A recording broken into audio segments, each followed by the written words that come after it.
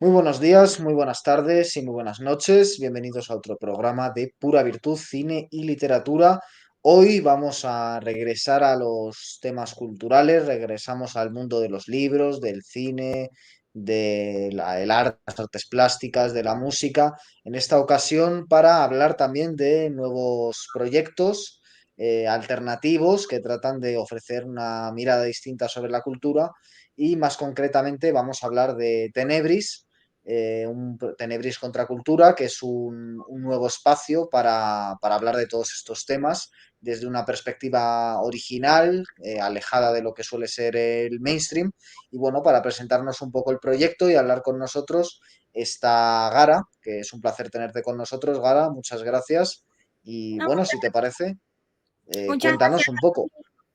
Perdona. No, gracias por invitarnos. La verdad que me hizo mucha ilusión porque te pusiste en contacto con nosotros a través de nuestro blog. Y qué hay más contracultural que un blog y que alguien lo lea, pues oye, me hizo mucha ilusión.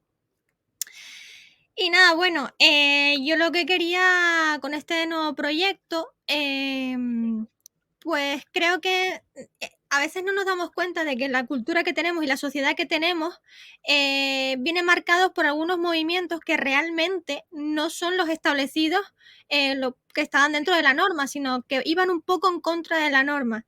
Y a veces se nos olvida que hay bueno, se nos olvida no, que hay muchos grupos en sí, muchos movimientos que ni se conocen, y la idea de Tenebris es dar a conocer todo ese tipo de movimientos para entender un poco más la sociedad que tenemos y por qué tenemos según qué derechos y bueno, por qué somos así a nivel social. Qué interesante. Entonces, digamos que tenéis un proyecto en el que se toca, digamos, la interioridad del artista y también lo social, ¿no? Un poco.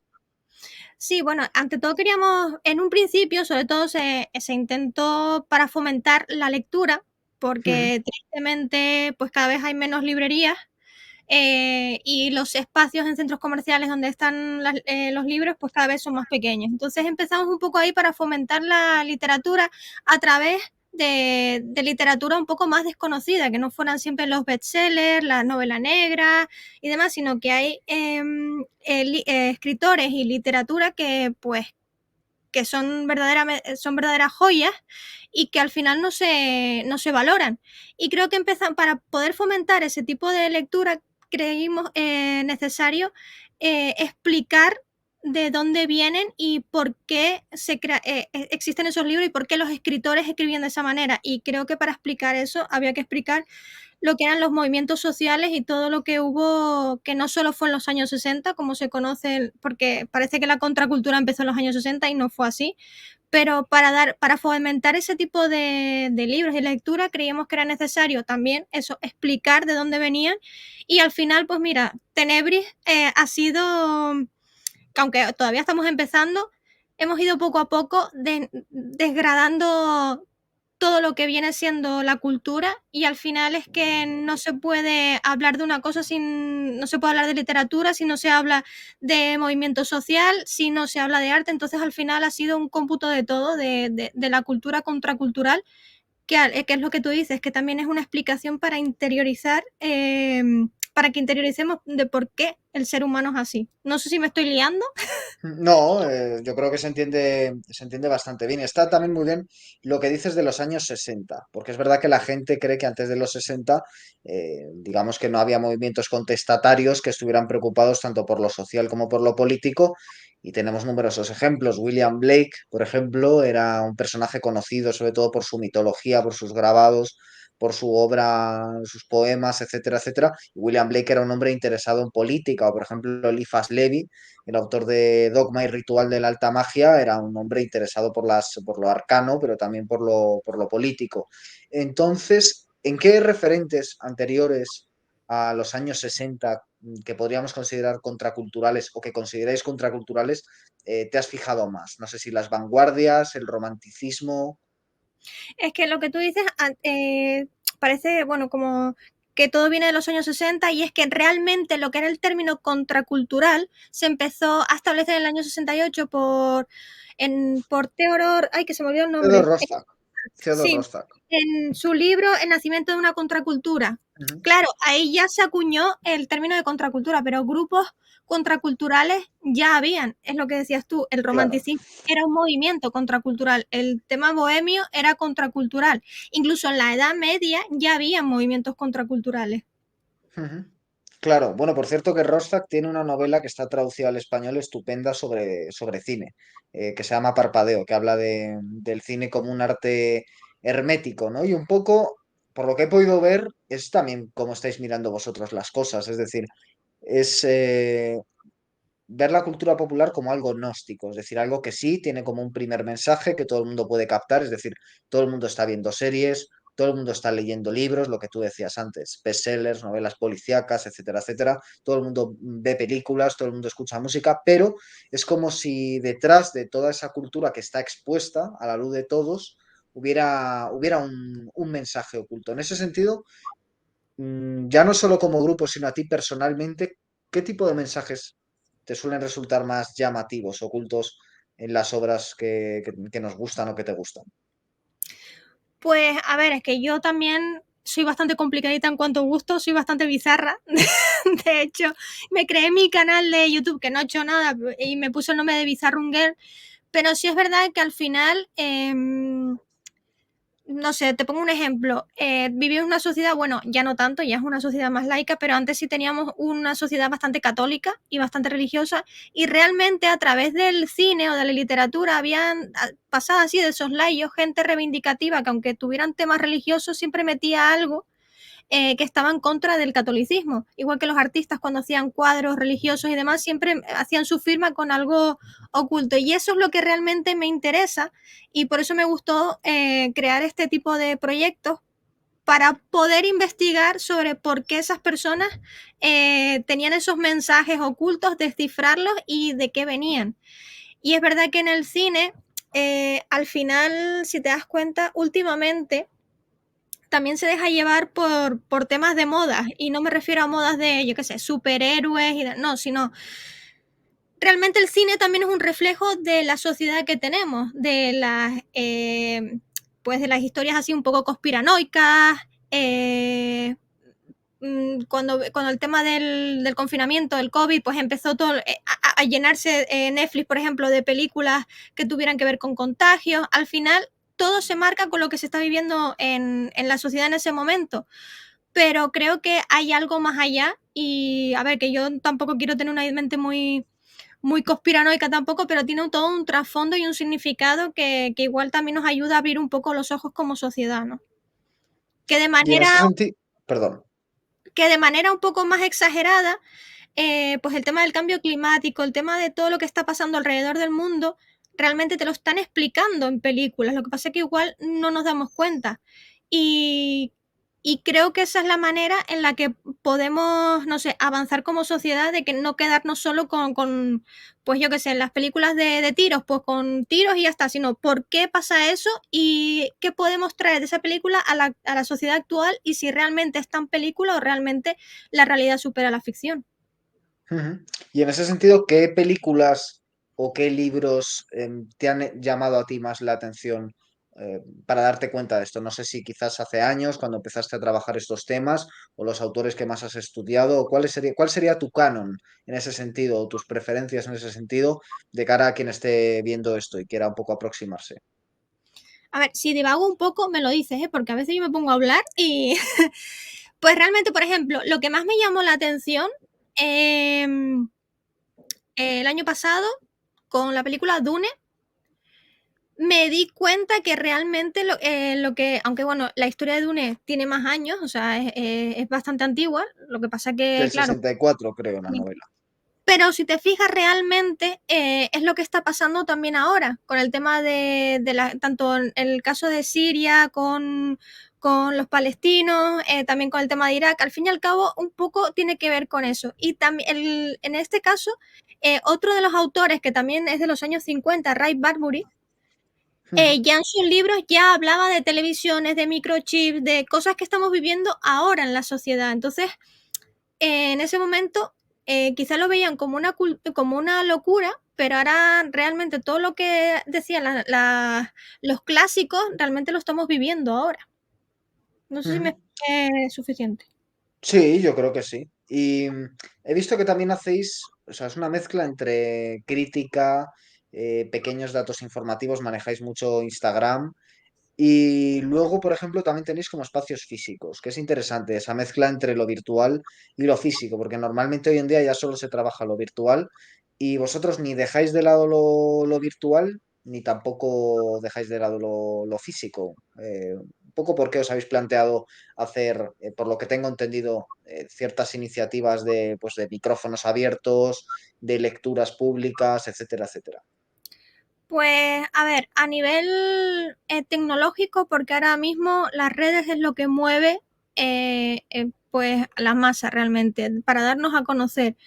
Y como buen proyecto contracultural queremos fomentar que la vida no se quede detrás de una pantalla, sino de que haya sociabilidad a nivel físico. Ya tuvimos muy apartados con el tema del confinamiento, podemos volver otra vez a eso y creo que es necesario tener un contacto con las personas. Entonces, qué mejor que si tenemos que leer y tenemos algo en común, pues qué mejor que hacerlo en grupo. Qué mejor hacerlo pues con un grupo de gente que igual no conoces o igual sí, porque al final en estos círculos al final siempre está la misma gente y al final nos conocemos todos, pero qué mejor que pues ahora que llega noviembre, que viene Halloween y demás, que contar cuentos de terror alrededor de gente y que encima acompañado de una copa de vino, que es lo que vamos a ofrecer. Hacer micro abierto, que cada uno se exprese como quiera, que no hace falta tampoco que sean creaciones propias. O sea, alguien que, yo qué sé, le gusta el libro de Frankenstein y hay un trozo del libro que le llama la atención, pues leerlo. No sé, creemos que realmente se está perdiendo el contacto porque ya la gente ni siquiera ya se llama. O sea, antes por lo menos se llaman por teléfono, ahora ni siquiera eso, o sea, al final todo es por WhatsApp. Y como buen proyecto contracultural queremos luchar contra eso. Evidentemente tenemos que seguir con la tecnología porque tenemos que avanzar y es lo que nos ayuda a darnos a conocer, pero creo que tenemos que seguir también como sociedad de que la manera de que estemos unidos y que esto avance es que estemos juntos, no separados por una pantalla. Ujú. Cuando dices quiénes sois, porque claro, me interesa saber también, he visto que en el blog hay varias firmas, ¿sois un grupo cerrado? ¿Admitís gente? ¿Sois un grupo de amigos? ¿Sois compañeros de estudios? ¿Cómo os habéis conocido y cómo habéis puesto en marcha esto? Si quieres contarlo. Realmente Tenebris soy yo sola. Ujú. Soy yo en mis múltiples personalidades. No, realmente Tenebris apareció de una manera así, de manera voluntaria. Conmigo al principio estaba una persona que sigue estando. Y luego además la otra persona que sigue escribiendo, que es el que hace reseñas, que es Adrián, pues es como colaborador, pero no me gusta poner a la gente como yo soy la jefe y los demás son colaboradores. No, al final en Tenebris puede participar quien quiera. O sea, yo lo que quiero es que la gente sepa, pues primero quería yo mostrar mis gustos, ¿no? De que la gente pues conociera las cosas que me gustan, pero ya viendo que en poco tiempo, a ver, que tampoco es que tengas muchos seguidores, pero he visto que ha llamado la atención, pues todo el que quiera participar, dar su opinión y escribir está bienvenido. O sea, yo no voy a poner restricciones a nadie. Yo sí, vale, creé el perfil de Tenebris, creé la idea, pero que cualquiera que le guste la temática y quiera participar está abierto. ¿Y por qué ahora? ¿Por qué no hace un año? ¿Por qué no dentro de un año? Si es que queda mundo dentro de un año. Pues igual por eso, porque no sabemos si queda mundo dentro de un año. No, porque quizá yo antes era muy cobarde. Yo no me Ujú. atrevía a hacer esto de tema de vídeos de YouTube, ni me considero que sea buena, pero sí es verdad que empecé colaborando en un canal de manera casualidad y le empecé a coger gustillo y dije, oye, ¿por qué no me planteo yo hacer un perfil con cosas que me gustan y ir haciendo, pues haciendo vídeos o publicaciones y demás? Y así empecé, pero es verdad que me costó porque me daba mucha vergüenza. No, no me veía yo con mañas como para estar en un canal o haciendo contenido. Mencionabas antes Halloween y ¿no crees que este tipo de celebraciones son ya la fiesta de la frivolidad, pero si se saben ver aún pueden tener un contenido ciertamente, no sé si sacro o eso es muy fuerte, pero por lo menos sí relativo con ese horror sacro, atávico, que está en ciertas películas de terror o en ciertas novelas, o por lo menos a los que nos gusta el terror, es un momento de celebración o el momento de celebración. ¿Cómo lo vives tú o cómo lo llevas tú, Halloween? Que he visto que hacéis efectivamente el día 3 de noviembre una cata de vino y hablar de estos temas, como bien decías. Pues bueno, a ver, yo, aunque no lo parezca, soy una persona creyente, Ujú, pero así como hay gente que dice que no cree en nada, yo creo en todo. O sea, yo creo en Dios, creo en Jesucristo, pero también creo en, pues, en dioses paganos y en toda la mitología. Yo lo vivo de la manera de que Halloween me gusta, por lo que tú dices, porque me gusta el terror, siempre me ha gustado el tema oscuro. Yo de pequeña no me gustaba las princesas Disney. Mi madre se empeñaba en que yo viera esas películas, pero a mí me encantaba Beetlejuice, Pesadilla antes de Navidad, y me gusta la estética. ujú, Pero también me gusta conservar las costumbres de cada, en este caso de mi país o en este caso de mi comunidad, que aquí en Canarias se llama la Noche de los Finados, que la idea, o sea, la tradición es reunirse la gente del pueblo a comer castañas mientras cuentan historias. Que al fin y al cabo es un poco Halloween, pero claro, en el caso de los finados es como más el tema de más respeto hacia la iglesia, ¿no? Primero iban a misa, luego se reunían y demás. Y Halloween es verdad que se ha vuelto como una fiesta más consumista y más comercial que otra cosa. Pero al fin y al cabo, como a mí me encantan las fiestas paganas y demás, pues ¿por qué no celebrarlo? Pero sí es verdad que yo soy de las personas que cree que se pueden celebrar todas las fiestas, pero sin olvidar nuestras tradiciones tampoco. ujú. Y mencionabas a Tim Burton, bueno, no directamente, pero sí indirectamente, que yo creo que ha marcado mucho a una generación, o a varias generaciones, pero muy concretas, en el gusto por estos temas, ¿no? Es decir, a mí me ha pasado, hablando con mucha gente que más o menos tiene mis años, que Tim Burton, en un momento de su vida, fue una puerta, que no tiene necesariamente por qué ser el final, ni mucho menos, sino precisamente como toda puerta, el principio de entrada a algo que hasta ese momento estaba cerrado a todo un mundo casi que de arquetipos, de símbolos, de ambientes, de músicas, de vestuarios, de peinados, de estéticas, que para mucha gente supuso también una ruptura con aquello que quizás familiarmente o culturalmente o socialmente habitualmente estaban habituados. En qué sentido a ti te ha marcado también Tim Burton, que al final es uno de los grandes realizadores contemporáneos interesados en lo tenebroso y demás? Pues fíjate, yo pensé que era fan de Tim Burton y luego me di cuenta que no, porque la película que más me gusta, o sea, para mí la película que ha marcado mi infancia y mi favorita es Pesadilla antes de Navidad, y luego resulta que ni siquiera él es el director, sino que es el productor. El Mm, director es el de Los Mundos de Coraline. Pero sí es verdad que de todas maneras Pesadilla antes de Navidad tampoco cuando salió tuvo mucho éxito. Bueno, eso le pasa a muchas películas, ¿no? Que tienen éxito a posteriori. Pero realmente el merchandising que hay ahora brutal de Pesadilla antes de Navidad empezó hace 10 años. O sea, ni siquiera en el momento que se estrenó la película llamó mucho la atención. Quizá hubo una época en los 2000, más o menos, bueno, los 90, los 2000, que había como muchos, ¿cómo decir?, grupos. Estaban los skaters, los góticos, los emos, y creo que al final esa gente se iba identificando con esos personajes. Que eso también quería hablar, por qué quería crearlo de contracultura, porque es verdad que antes, lo que te digo, habían muchos grupos, estaban los skate, los punk, los góticos, los emos y tal, y ahora realmente si te fijas, grupos urbanos no hay, al final está todo muy homogeneizado. Y quizá eso también quería volver a retomar, que bueno, seré yo quien lo consiga, ¿sabes? A que se vuelva todo eso, ¿no? Y creo que Tim Burton ha marcado mucho porque al fin y al cabo era lo más diferente que había. ujú, Al final, pocos directores se meten tanto en lo gótico, en personajes así tan tristones, tan melancólicos, y creo que al final, sobre todo, atrapa a un colectivo más adolescente, porque creo que la adolescencia es como la parte más turbia que nosotros pasamos, que pasa al ser humano, que es la parte como más melancólica, más triste, más incomprendida, y creo que eso es lo que consiguió atrapar Tim Burton de todas esas generaciones, porque al final bueno, a la gente de mi edad, que yo ya tengo 35 años, nos gusta, pero porque vimos Beetlejuice, vimos muchas cosas, pero a la gente, a los adolescentes de ahora, les Mm. sigue gustando Tim Burton y les sigue gustando Pesadilla antes de Navidad más que otras películas de antes. Entonces creo que es eso, de que Tim Burton pues tiene un mundo en el que, bueno, él creó ese tipo de... Me leí hace poco un libro que escribió él su propia biografía, que él tenía cierto tipo de autismo y que veía que el mundo era diferente a cómo lo veía él, entonces él quería crear su propio mundo.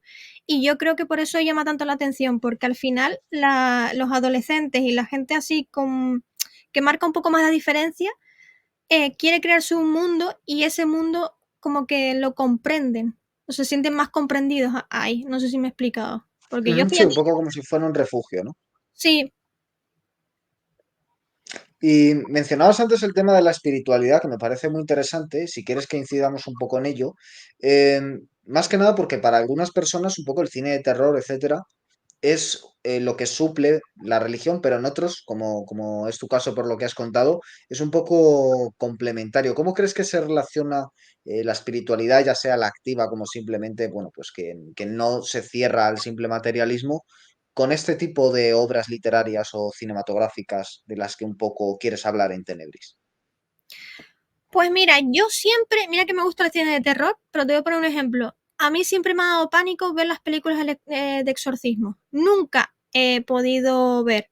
De hecho, la película El Exorcista, la del 73, la vi hace un par de años en uno de los festivales que hacen aquí en Canarias que me gusta mucho, se llama Isla Calavera, y ahí me atreví a verla. Y hablando un día con un amigo, le dije, digo, mira que veo cine de terror, pero soy incapaz de ver exorcismos. Y me dijo, yo también. Y llegamos a la conclusión, porque dio la casualidad que, a ver, que esto no está demostrado científicamente, ¿vale? Es nuestra teoría. De que los que hemos estudiado en colegios católicos, da la casualidad de mi grupo de amigos que hemos estudiado en ese tipo de colegios, no podíamos ver películas de exorcismo. Creo que en ese caso la religión sí está muy patente hasta en nuestra mente, que hacemos de una manera inconsciente que tengamos cierto terror. Y creo que la religión, por ejemplo, en este caso la católica, hablo de la mía, que es de la que sé, creo que en algunos momentos se ha vuelto tan oscura que se ha vuelto como un miembro más de uno de los, pues, entre comillas, monstruos que existen en el terror, porque si te fijas, casi todas las películas ahora tienen que ver con monjas, con exorcismos, tiene que ver con la iglesia. Así que de alguna manera hemos visto la iglesia como un lugar tétrico, lúgubre y de hecho, a ver, a mí, por ejemplo, la Semana Santa me parece preciosa a nivel artístico, pero sí es verdad que si la ves desde fuera da un poco de yuyu. Yo creo que el cine ha utilizado un poco la iglesia en ese aspecto a nivel católico por eso, porque creo que da un poco de respeto tirando a miedo a lo que es la sociedad en general. No sé si he Ujú. contestado tu pregunta. Sí, claro que sí. ¿Y qué hay de la serie B? ¿Qué te parece la serie B? Porque al final muchas veces mencionabas El Exorcista, que es como la película de culto, pero luego están esas películas que ya pueden ser hasta de serie Z, terriblemente malas, pero viscerales y que, bueno, a algunos nos hacen gracia, pero luego hay otro tipo de espectador de terror al que no le gustan tanto. En ese sentido, eh, ¿qué relación tienes tú con ese tipo de productos que suelen ser más denostados? Pues yo, mira, te voy a hablar de que este año fui por primera vez a la Cutrecon en Madrid. Y creo que es que igual la sociedad en general, cuando va al cine, intenta tomarse las películas, bueno, en el caso de las películas y las series también, se las intenta tomar en serio. Y es que hay cine, como en este caso el que hablas tú, el cine B, el cine Z y tal, que no te lo puedes tomar en serio. Y es simplemente disfrutar de, de la película en ese momento. A mí me encantó la Cutrecon, no por las películas, evidentemente, porque las películas son malas vamos, como un dolor, pero sí me encantó el ambiente de que la gente iba a reírse, o sea, la gente paga una entrada, va a una película para reírse, para soltar chorradas y al final es eso, que a veces no hay que tomarse tan en serio las cosas. O sea, si te tomas tan en serio las cosas, es imposible que te guste. Si te tomas en serio todas las películas, como en este caso de serie B, no la vas a disfrutar. Cada película como hay películas para todo, hay más serias, hay de humor, hay románticas, pues en este caso también es para divertirte. Yo soy muy fan de las películas malas. Ujú. De hecho, una de mis películas favoritas, que no sé cómo catalogarla, que es Dos rubias de pelo en pecho, Ajá. me parece de las peores películas que he visto, pero es que yo cuando tengo un día tonto de estos tristones me la pongo porque me río mucho. Entonces, creo que ese tipo de películas hay que verlas con eso. Y también tener en cuenta de que detrás de cada película hay mucho trabajo y, y que no todo el mundo recibe la misma cantidad de dinero para hacer una película. Y me parece muy valiente que personas con 2 duros hagan según qué cosas. Que salgan mal, perfecto, pero ya me gustaría a mí hacer la mitad de lo que hace esa gente. Ujú.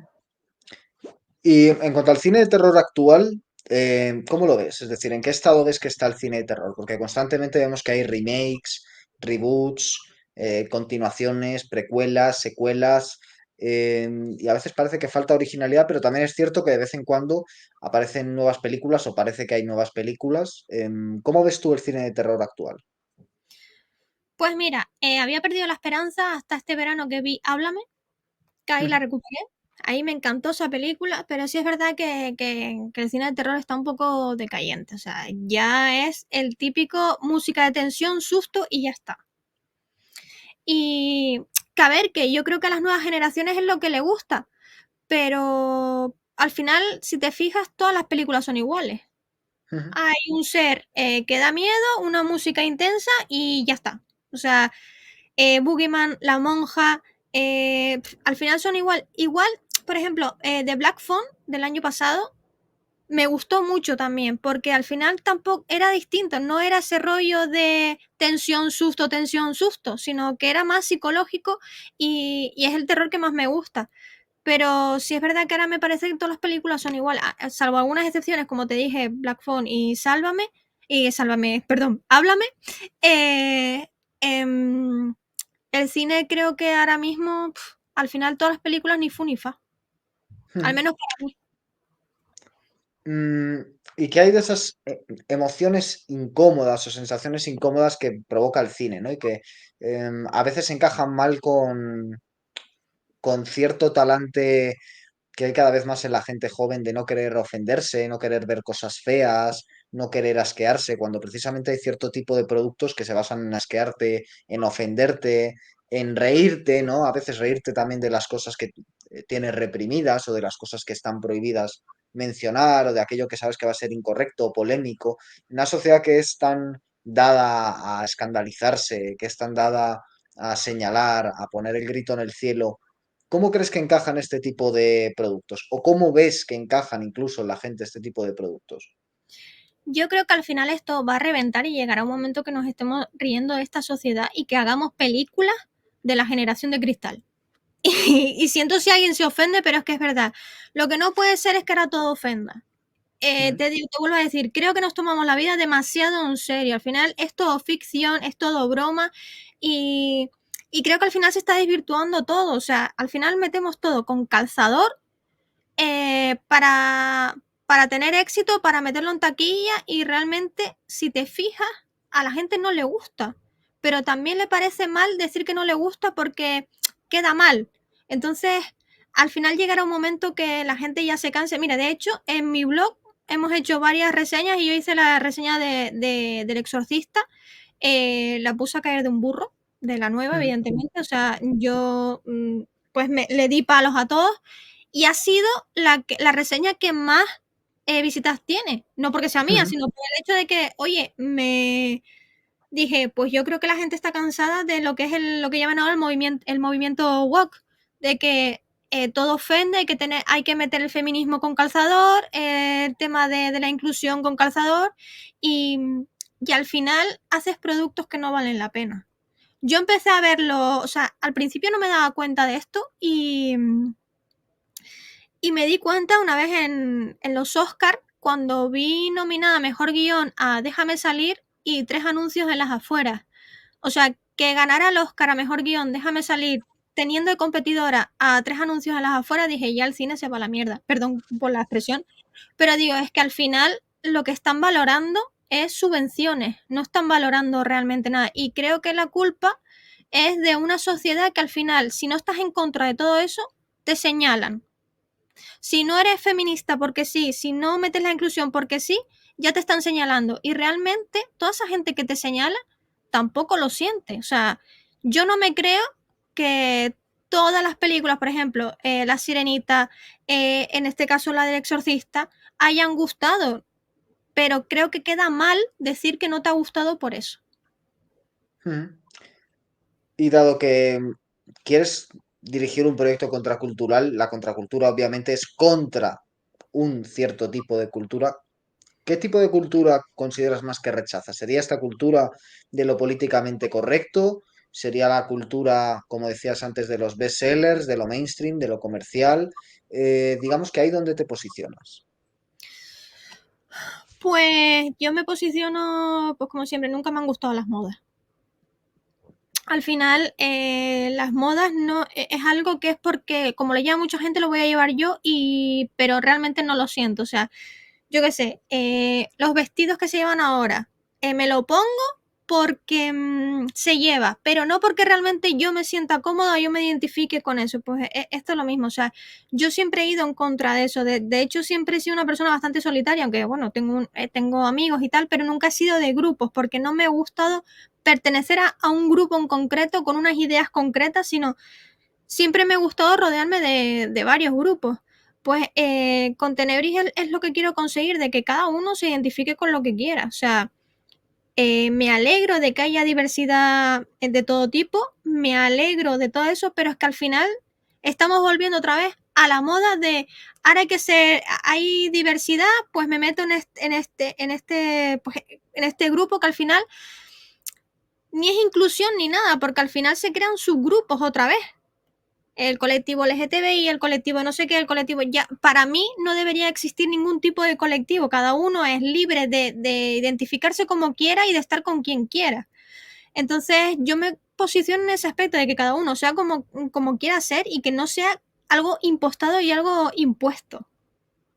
Ujú. O sea, un poco la libertad, ¿no? Frente a un ambiente donde parece que todo el mundo quiere decirle a los demás lo que tienen que hacer, ¿no? Sí, Haz lo que quieras, en vez de haz lo que yo quiero que hagas, ¿no? sí. Ujú.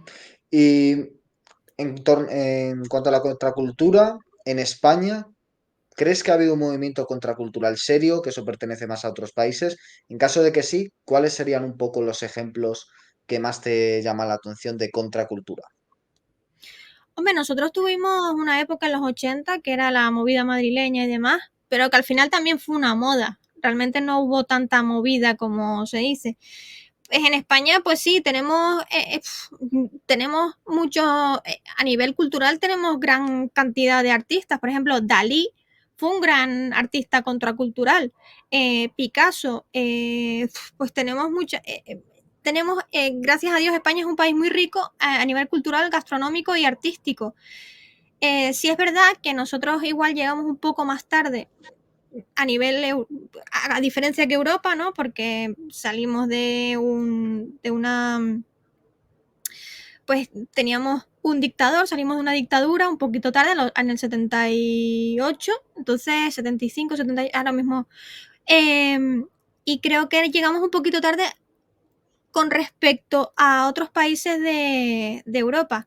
Pero, pero creo que España en ese momento, es verdad que España después de la muerte de Franco vivió una etapa en la que salimos de una dictadura a volvernos liberales de golpe. Y yo creo que eso también marcó nuestra sociedad. Y creo que sí hubo movimientos bastante, pues no sé, bastante contraculturales en aquella época Citabas, perdón. la libertad de las mujeres, la libertad de los homosexuales, creo que en ese momento fue de hoy para mañana cambiar de repente. Y creo que para todo lo que vivimos hemos avanzado mucho, que nos queda mucho por avanzar, sí, pero en cuanto a libertad creo que hace nada que dejamos una dictadura, no hace mucho. Entonces creo que hemos avanzado mucho, al menos mi perspectiva. Citabas a Dalí. ¿Qué ejemplos de fuera de España de artistas, pueden ser artistas, pintores, músicos, escritores, cineastas, te viene a la mente cuando escuchas la palabra contracultura? Pues, por ejemplo, Lars von Trier, que Ujú, incluso era uno de los precursores del Dogma 95, que también fue innovador porque llegó un momento en el que las películas todas tenían que tener efectos especiales y demás, y él llegó a un momento a decir, no, yo voy a hacer como un cine más de estar por casa, de que todos los, de estar por casa no, pero que los elementos ujú, no sean solo efectos especiales, sino que la película en sí tenga una trama, unos personajes y unos diálogos que es lo que atrape, no los efectos especiales. Y creo que fue un gran ejemplo en contracultura porque, ya te digo, creó el Dogma 95 en el que tenían una serie de mandamientos, ¿no? Para que las películas siguieran un hilo en común. Y creo que el cine de Lars von Trier, la verdad que es bastante rompedor también. Que incluso para algunos será desagradable, pero, pero creo que ha marcado la diferencia con otros directores. ujú. ¿Y en literatura? Hombre, para mí Edgar Allan Poe, aunque suene tipiquísimo, pero Edgar Allan Poe creo que es un ejemplo. Y también, yo qué sé, Ray Bradbury, creo que fue un adelantado a su época. Dennis Cooper, o sea, los libros de Dennis Cooper, tienes que ser muy bizarro para leerlos, porque tiene cada libro que yo que me encantan los temas así escabrosos, me ha costado leerlos.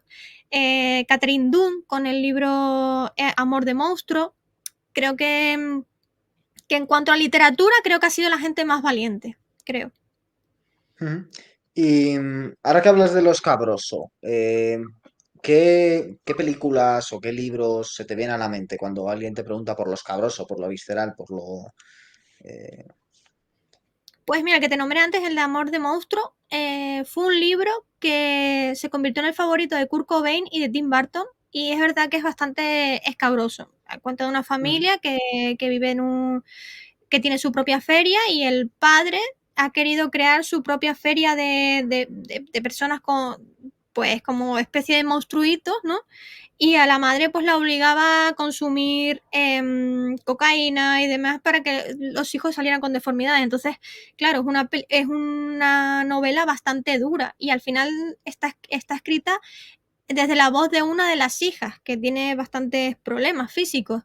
Pero a mí que todos los cabros son lo bizarro, y que encima si ya me metes sectas porque en el libro aparece una secta, ya me vuelvo loca, pues a mí me encantó ese libro. Luego el libro El Necrófilo, que está escrito por una mujer, es bastante heavy. O sea, imagínate una mujer hablando aunque el protagonista es masculino, pero una mujer hablando de alguien que le gusta tener relaciones con muertos, ¿sabes? O sea, y más en la época que se escribió. No sé, es que hay Dennis Cooper, pues lo mismo, o sea, habla de parafilias bastante heavy, que que dentro de la literatura punk a mí me parece una auténtica joya. Annie Hacker también con el libro Aborto en la escuela, que me recuerda un poco a Burroughs con el almuerzo desnudo, porque es un libro que no tiene ni pies ni cabeza. No tiene sentido, empieza con una temática y luego termina con otra. Pero creo que al final combinar un libro que tiene tanto, escrito también por una mujer, eh, que tiene tanto sexual, pero dentro de lo sexual existe también la violencia, y que encima lo combina con dibujos hechos por ella bastante sexuales, pues yo creo que a nivel de literatura, creo que tenemos grandes joyas que no se dan a conocer. De hecho, yo trabajaba en una librería y yo veía pues que venía gente preguntando por libros, y veía las estanterías con otros libros más antiguos que no se conocían, que eran de la misma temática y no se vendían, y me daba mucha pena. Y creo que hay editoriales, por ejemplo, Anagrama, que se atreve a publicar esos libros, pero es verdad que ahora hay más miedo para publicar según que literatura, creo. No hay ujú. tantos que se atrevan a publicar. Está Anagrama, La Felguera y Pedimentia y Fulambulista y pocas más. El resto ya son todo novelas románticas, bestsellers, libros que realmente la gente va a comprar. Como el Premio Planeta este año, ¿no? Que es un... En fin, Bueno, eh, se Premio define por Planeta sí mismo. o sea, ya se desvirtuó hace tiempo. Pero Mm, mira, eh, uno que me gustó fue La Bestia, de Carmen Mola, que bueno, que son tres autores. me gustó. No sé si para ser Premio Planeta, pero bueno, la trama en sí me gustó. Ujú.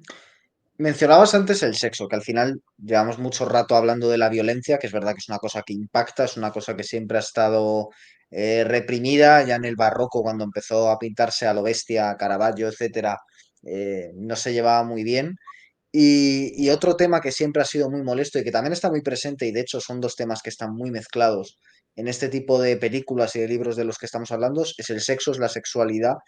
¿Hasta qué punto en esta sociedad de la que hablábamos antes, generación de cristal, que se ofende muy fácil y que también hay que decirlo, se escandaliza muy fácil? Es decir, es una generación y es una sociedad que tiene un acceso ilimitado a la pornografía, que tiene acceso a las mayores aberraciones si las quiere buscar y ver, que incluso está desarrollando formas más sutiles y nuevas de prostitución eh, mediante pues, OnlyFans y otro tipo de plataformas semejantes, donde además se dan rienda suelta a todas esas parafilias extrañas de las que hablábamos antes.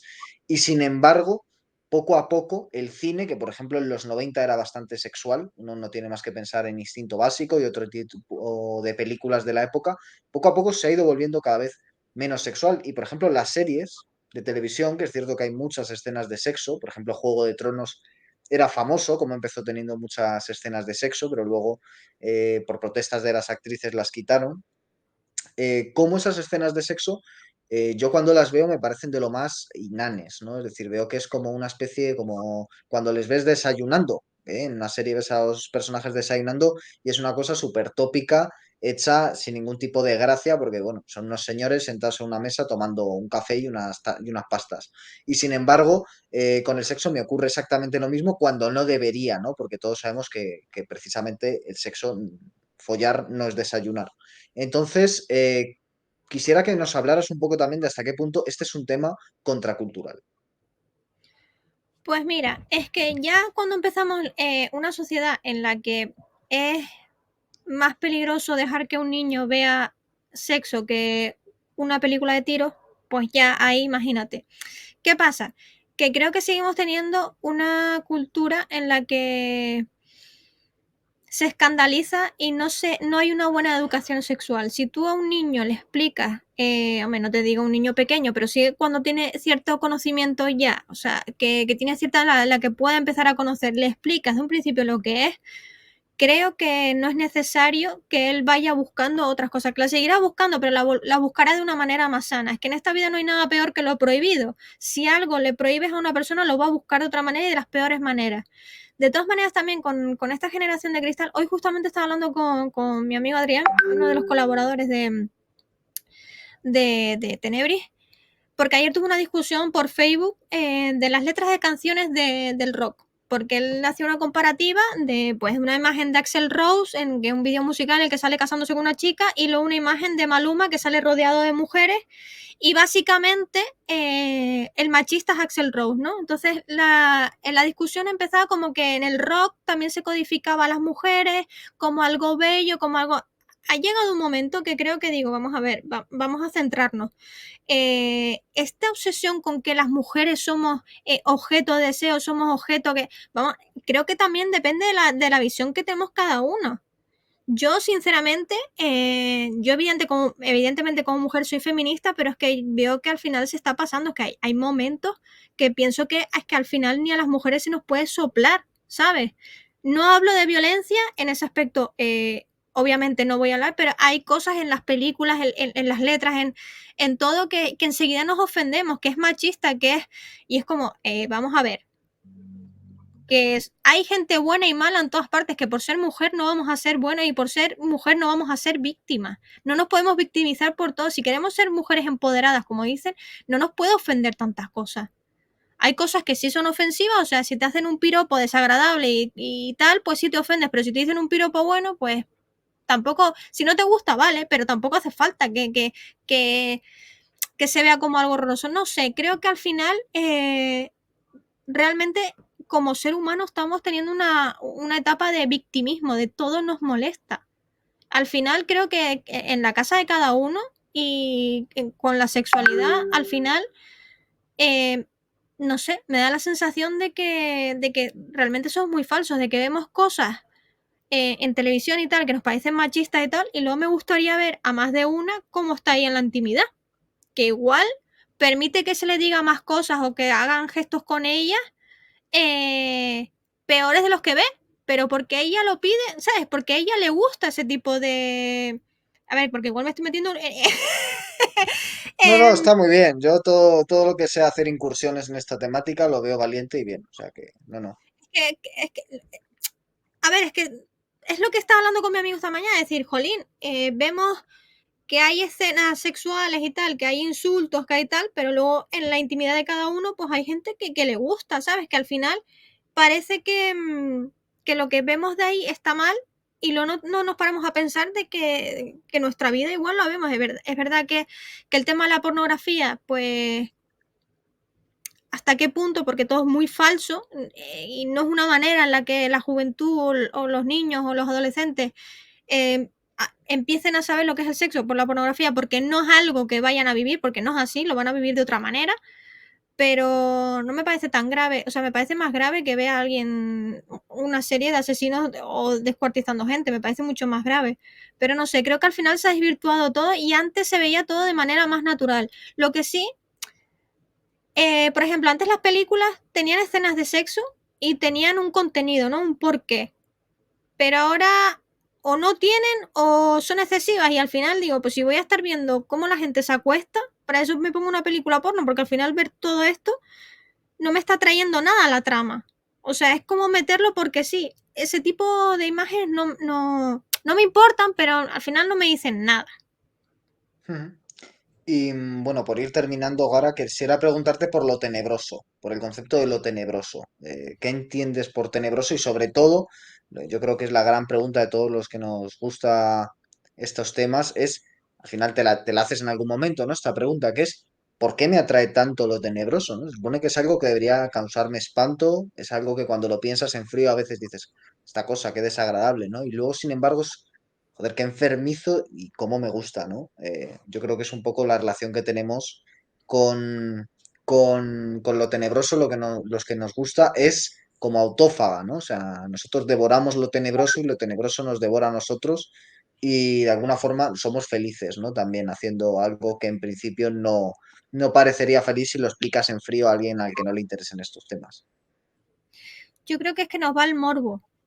Es eso, el tema de lo prohibido, que no digo que lo tenebroso sea prohibido, pero es algo que no ves todos los días en tu casa, ni son cosas que hablas con la gente que te rodea. Entonces yo creo que eso es lo que llama la atención, porque es como muy oculto. ¿Por qué llama tanto la atención el tema de los asesinos en serie? Porque al final nos va el morbo. Y porque al final también nos separamos un poco. O sea, no es lo mismo, es que cuando hablamos de asesinos en serie y tal, lo vemos también como una película, nos separamos un poco. A mí me encanta todo el tema de asesinos en serie, me veo todas las series, todos los documentales, y luego a veces me paro a pensar y decir, jolín, ¿por qué me gusta tanto esto si estas personas han cargado a gente, ¿sabes? Que han hecho sufrir a familias enteras, le han quitado la vida a otras personas.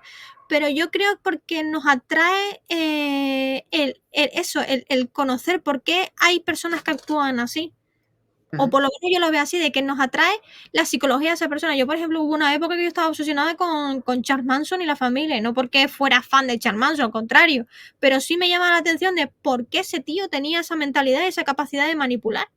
Pues lo mismo, igual que Jeffrey Dahmer y tal. También es verdad que ya ha llegado un momento que vemos tanta violencia y tanto que ya no nos afecta. Vemos tantas series violentas, tantas películas y tal, que ya otra cosa más no nos afecta. Y hay cosas que sí que no veo bien y se están un poco, nos hacen alejarnos un poco de la sociedad. Y por ejemplo, con el caso de Jeffrey Dahmer, que yo me vi la serie, me encantó, Evan Peters ahí me parece que trabaja de una manera maravillosa, bueno, siempre trabaja bien. Yo sí leí sobre Jeffrey Dahmer y pues todo lo que había me lo leía, pero nunca me atreví a buscar fotografías de las víctimas. Y es que al final, cuando ves que ya en TikTok, en Instagram y todo eso, ya llega un momento de que se hacen retos para ver la expresión que se te queda al ver por primera vez las fotos de las víctimas de Jeffrey Dahmer. A mí ya me parece ya no sé, que ya estamos perdiendo un poco la empatía. O sea, una cosa es que te gusta investigar sobre esto y otra cosa es que no sientes empatía por las personas que aparecen ahí en la fotografía. ¿Qué necesidad hay de ver un cuerpo desmembrado? No sé, igual que con el caso que está pasando ahora de Daniel Sancho, ¿qué necesidad tenemos de saber tantos detalles? Y ahí hay un libro que te lo voy a recomendar por si lo quieres leer, que se llama Letitia o el fin de los hombres, que habla de un caso que pasó en Francia. Te cuenta, está a caballo entre la novela no ficcionada y el ensayo. Te cuenta toda la investigación policial y tal, y hace una crítica a la sociedad, porque al final es una chica que asesinan, que la habían violado y demás, y el autor hace una crítica de que se sabía todos los detalles habidos por haber de la víctima, con cuántos chicos había estado, con quién había, y era como, es necesario saber todos estos detalles, ¿por qué nos interesa tanto en cosas tan escabrosas los detalles? Pues yo creo que al final es eso, que como es prohibido, es como, no sé, algo tan, ¿cómo te diría? Antinatural como matar a alguien nos llama la atención. ¿Qué sentirá? ¿Por qué lo hizo? ¿Por qué no? La imagen de la sangre de una persona, no sé, es el morbo de saber algo que no conocemos, creo. Pero creo que al final se nos está yendo un poco también la pinza, ¿eh? Bueno, pues sin duda alguna muy interesante todas las reflexiones que nos has dejado, Gara. Muchas gracias por haberte pasado por aquí a hablarnos de tu proyecto y espero que tú también te lo hayas pasado bien. Y a nuestros espectadores, pues bueno, les invitamos a que vayan a Tenebris Contracultura, al blog, a Instagram, a las actividades el que pueda. Y bueno, que haya servido el programa pues para seguir pensando, reflexionando y aprendiendo sobre estos temas que nos interesan también ahora que estamos en estas fechas que, aunque están masificadas y se han convertido en una verdadera parodia y una fiesta capitalista, pues también sirven de excusa para los que sabemos entenderlas para hablar de las películas, los libros y demás que nos parecen interesantes. Así que muchas gracias, Gara, gracias también a los espectadores y volveremos pronto con más programas aquí en Pura Virtud, Cine y Literatura. Hasta pronto.